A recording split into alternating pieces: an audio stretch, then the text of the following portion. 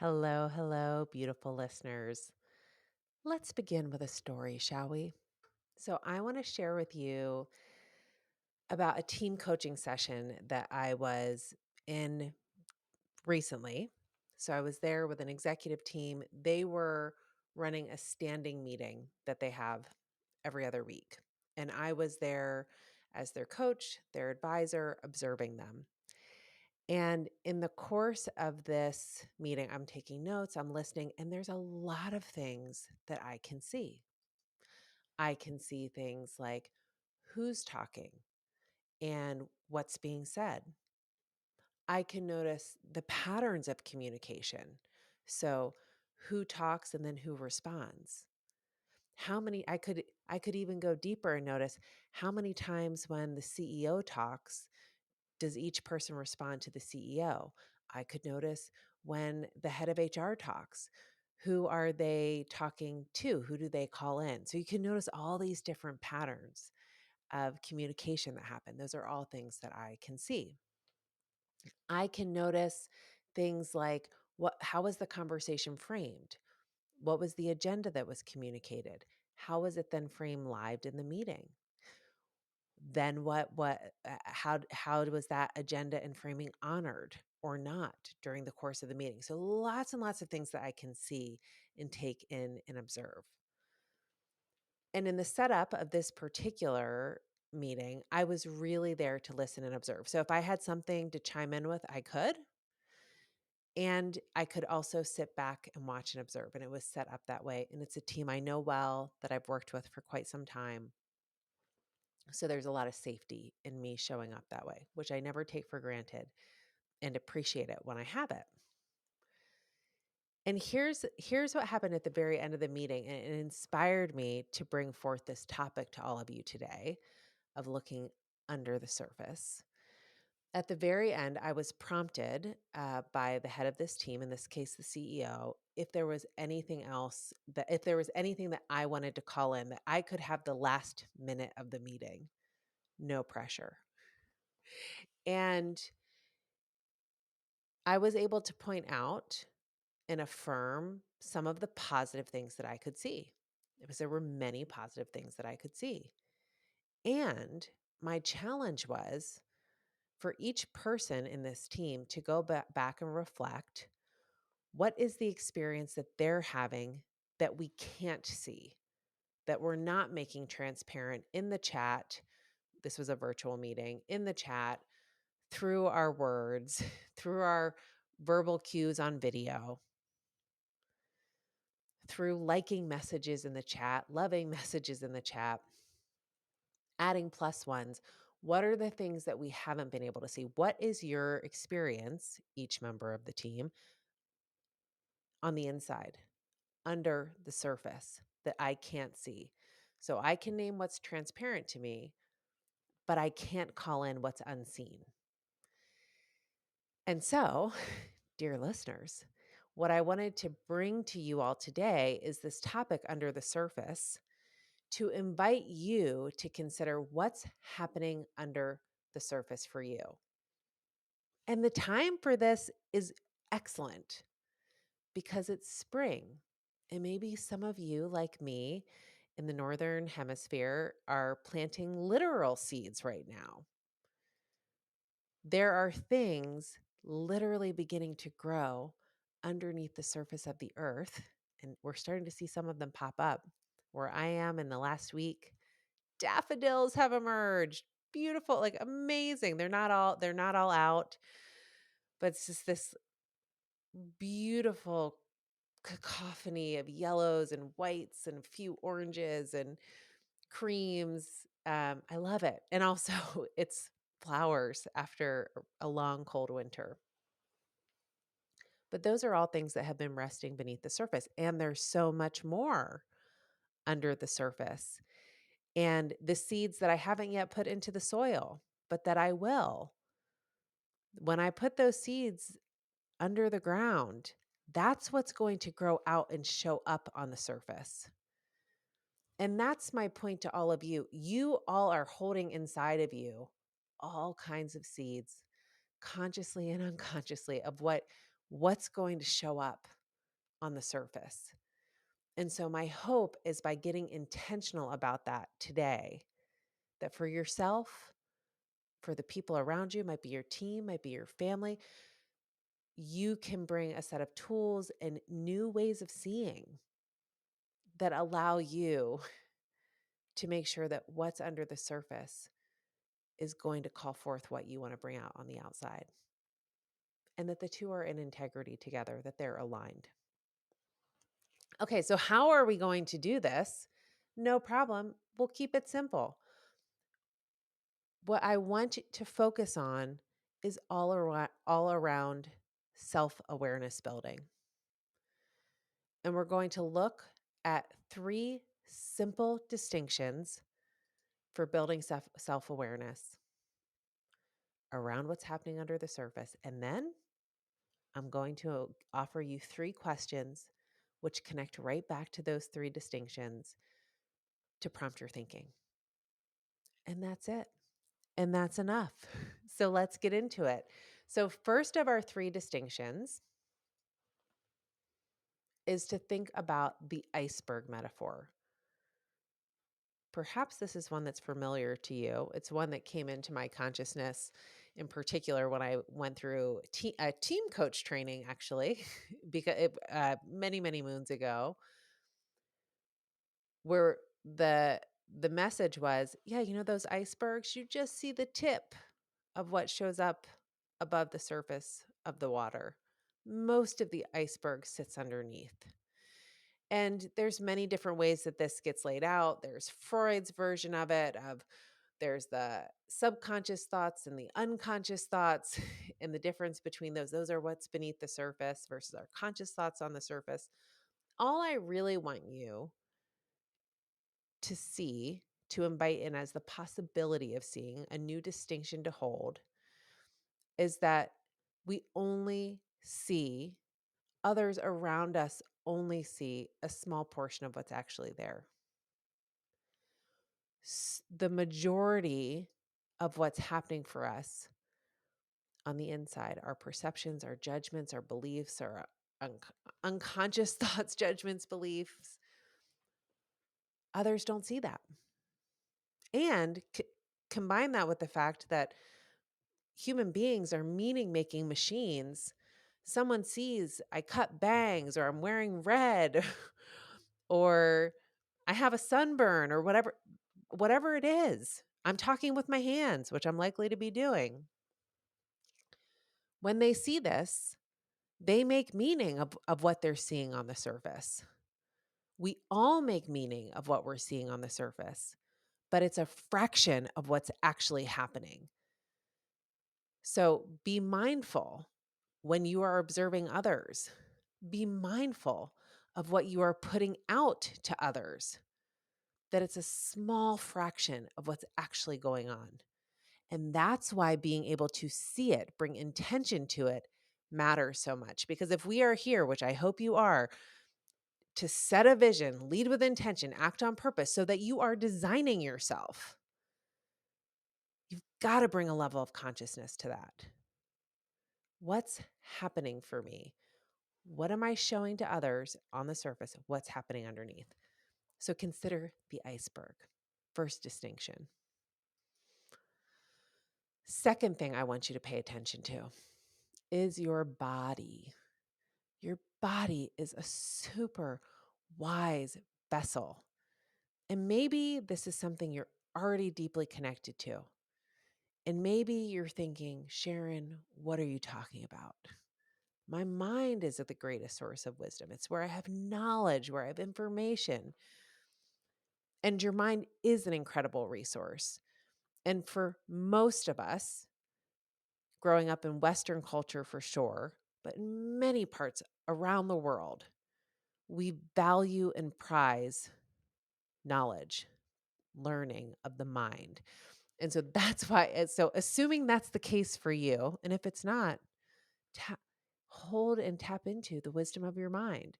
But knowing that many of us have grown up with, been taught and ingrained in us to pay attention to and value that, I want to invite you to, like, literally right now, touch your shoulders, put your hands together. Maybe rub your feet on the floor beneath you. Connect to your body. Our bodies often have clues before our mind has caught up to it. I remember back when I was in college, I saw I don't know quite what to call him. He was he was the guy who worked upstairs at the health center at Kenyon College, but he did body work. Um, Not so much massages and those kinds of things, but it was the first time I didn't even have language in my vocabulary at 18 years old of body work. But I remember going to him because I had a shoulder injury. I played soccer in college. So freshman year, I went as I was having a shoulder injury, and I remember he was holding his hands and moving them. He described what he was going to do first, but moving them over my body, but not touching me to feel the energetic fields. And all I remember thinking at the time was, this is super nuts. And I don't get it. But my coach told me to come, so I'm showing up. And the thing that stuck with me is he's like, okay. I don't know if he was responding to my skepticism or what, but he said, let's practice something. I want you to think of something, and you don't have to tell me what it is, but I want you to think of something that makes you feel really strong, happy, like this is a positive thing for you. And I want you to hold your arm up, and it was my arm with my poor shoulder. And when you're thinking of it, close your eyes. I'm going to push against your arm, and we're just going to see how you do.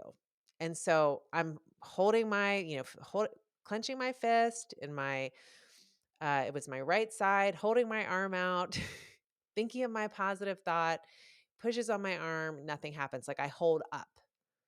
Then he said, okay. And he didn't say, like, oh, your arm held up. He's like, okay, good. Just seeing what's happening. Now I want you to think of something where you feel weak. Something, it might be a negative event. But I want you to think of something where you feel weak. And we're going to try the same thing. And I held my arm out to the side with my clenched fist, and I closed my eyes. I'm thinking of something that made me feel really weak. And he did the same thing, pushing on my arm, and my arm fell. I couldn't hold it up. And he's like, that's what we're playing with here. Like there's things that are happening where your body knows that your mind is thinking of something negative, and your body's collapsing. Like there's a connection there, even though you're not thinking about all. I've asked you to do the same task, hold your arm out, and then centered you on a different thought habit. And it sent me on what I'm sure will be a lifetime of new distinctions around body work, and what wisdom is my body storing, and how do I create alignment between my mind and my heart and my body and my spirit. And there's great learning in that for me. Here's the thing I want you to pay attention to is just pay attention to your body and think about cues. I'm going to call them relatively safe, innocuous cues, like what's your temperature? Are you hot? Are you cold? Do you have numbness in your fingers? You might pay attention to something on a loose to tense continuum in your body. And even right now, as I'm saying this, maybe center in, where do you feel an awareness in your body? Are there places that feel particularly limber? Are there places that feel particularly tight? Like as I am saying this, I can feel an awareness. It's not even a pain, but an awareness in my right sacroiliac joint, which is where I had an infection some 8+ years ago. And sometimes when I've worked out, and today I went running, sometimes when I work out, I'll feel it. It'll recover. It's not in pain, but I know I'm noticing it. Like when I just center on what's happening in my body, I'm like, oh yeah, my sacroiliac joint's giving me some feedback. I also notice I have a little bit of tension kind of in the top parts, not quite in my shoulders, but on either side, not in my neck, but on the tops of my shoulders around my neck. And I'm like, feels a little tenser there. These are just cues, what's happening in my body. And I notice when someone shares something with me as a coach that feels like that what will happen is the body cue I'll get might be they're sharing a vision or a team has just made a set of commitments. It's something, the body cue I get is goosebumps on my arms in particular, and they kinda run up from around my wrist up towards my shoulder, and it's like like this wave.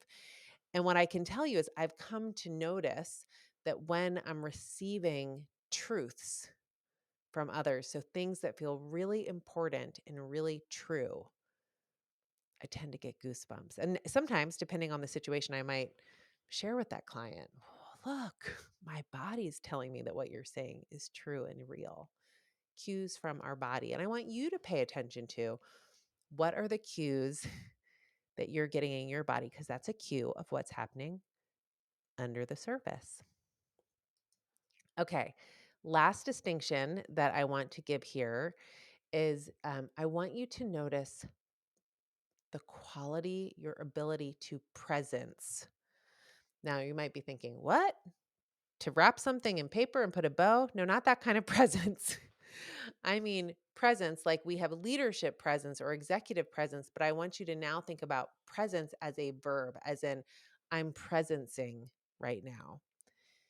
And Otto Scharmer, creator of Theory U, describes presencing this way as the blending of sensing and presence as a means to connect from the source of the highest future possibility and to bring it into the now.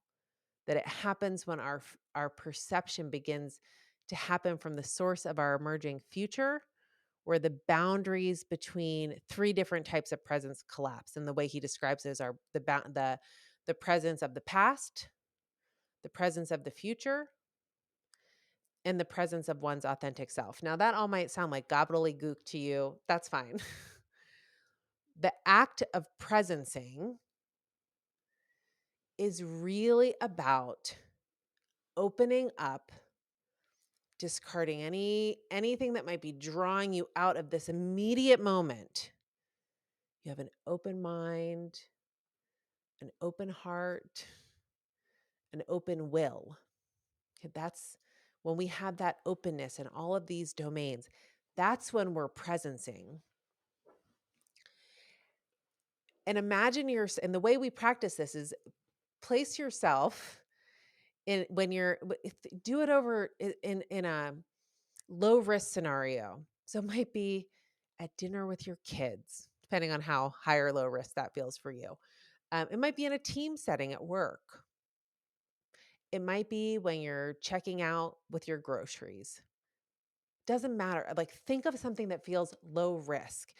And the presencing is rather than going through, I'm going to use the grocery store example, rather than going through the motions and thinking, oh, the last time I was here, oh, this line, what do I have to do for the next things I have to get to after I do the grocery shopping? Like we're distracted. We're not open. So the practice of presencing in that moment would be when you are going through the exchange of checking out, can you untether from the past and the future and just be open and see what happens? See what the quality of your presence is like. It usually helps to take a breath.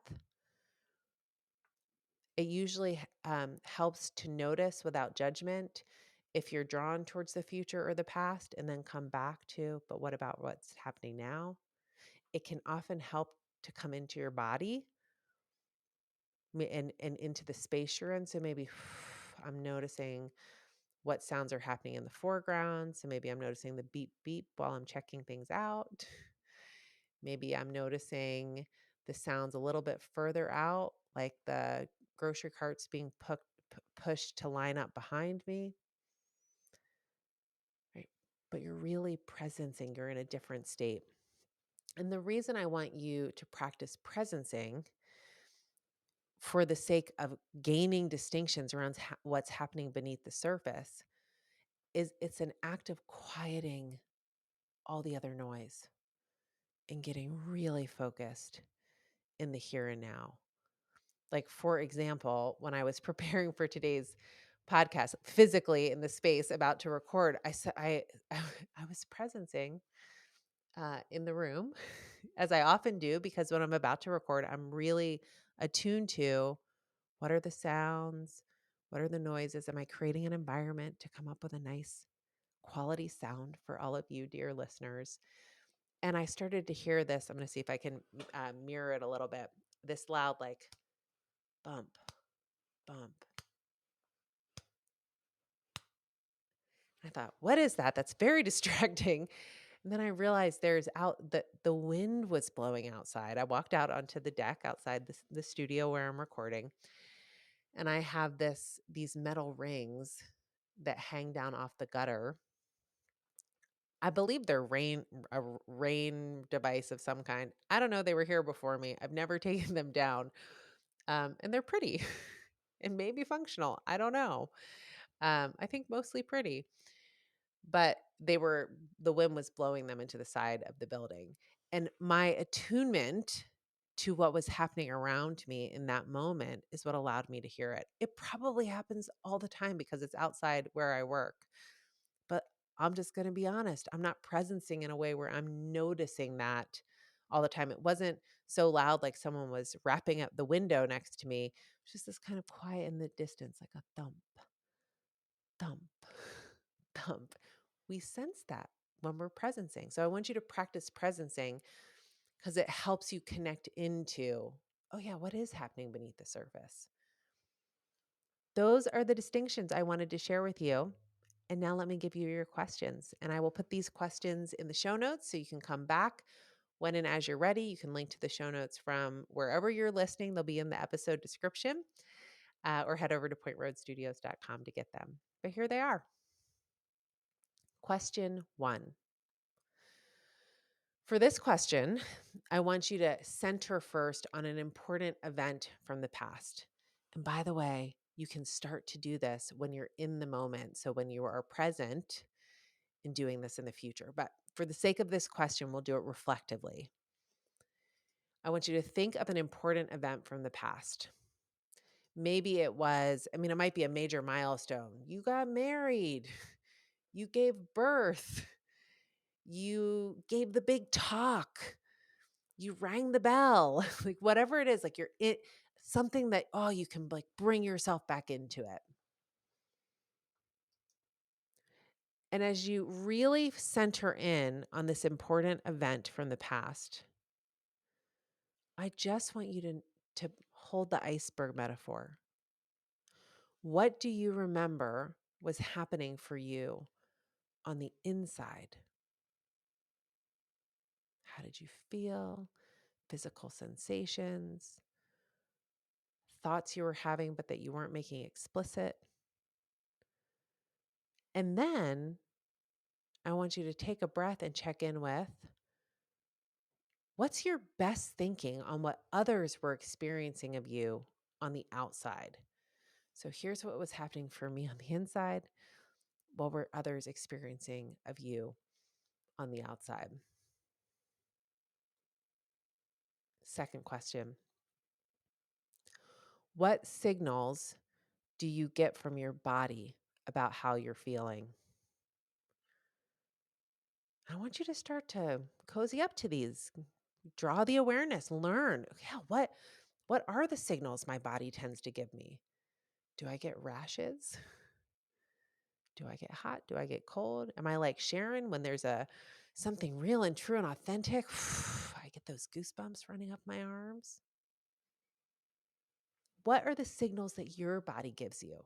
And not just as, oh, warning, danger, turn back, but also like, yes, go forward, run to this. What are the signals your body gives you? Cozy up to that.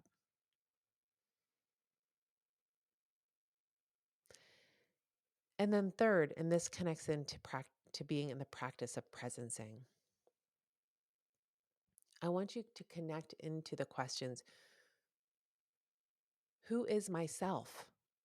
Who is myself? I know that's a strange syntax. Go with it. Who is myself? What is my work? When we can sit with those questions, who is myself? What is my work? It's a signal that we're dropping in and able to presence. We're connecting with ourselves. Who is myself? What is my work? Even as I say that, I get like a little bit of a tremblingness around my heart. Whew, these are the important questions. Who is myself? What is my work? And that, dear listeners, is what I wanted to share with you today. I hope and trust that you are tapping into, cozying up with what sits underneath the surface for you. And if you want to share something that you've uncovered, an answer to your question, I want to hear from you. You can connect with me on LinkedIn or Instagram, the Point Road Studios handles over at pointroadstudios.com on the contact page. I would love to hear what's sparking for you.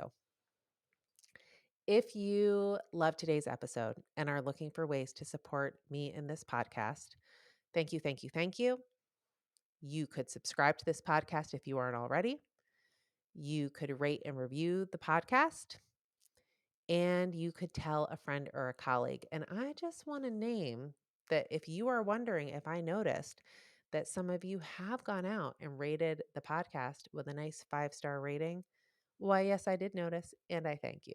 I appreciate it. I know I see it. I'm paying attention to those things. I see when you're listening to me when I make this call out. And finally, if you are thinking, and this is something I need help with, this is something my team needs help with, please be in touch. If you're looking for an executive coach, a team facilitator, a visioning guide, we should talk. And contact me over at pointroadstudios.com, and we'll see what magic we might work up for you. All right. You know what I'm going to tell you.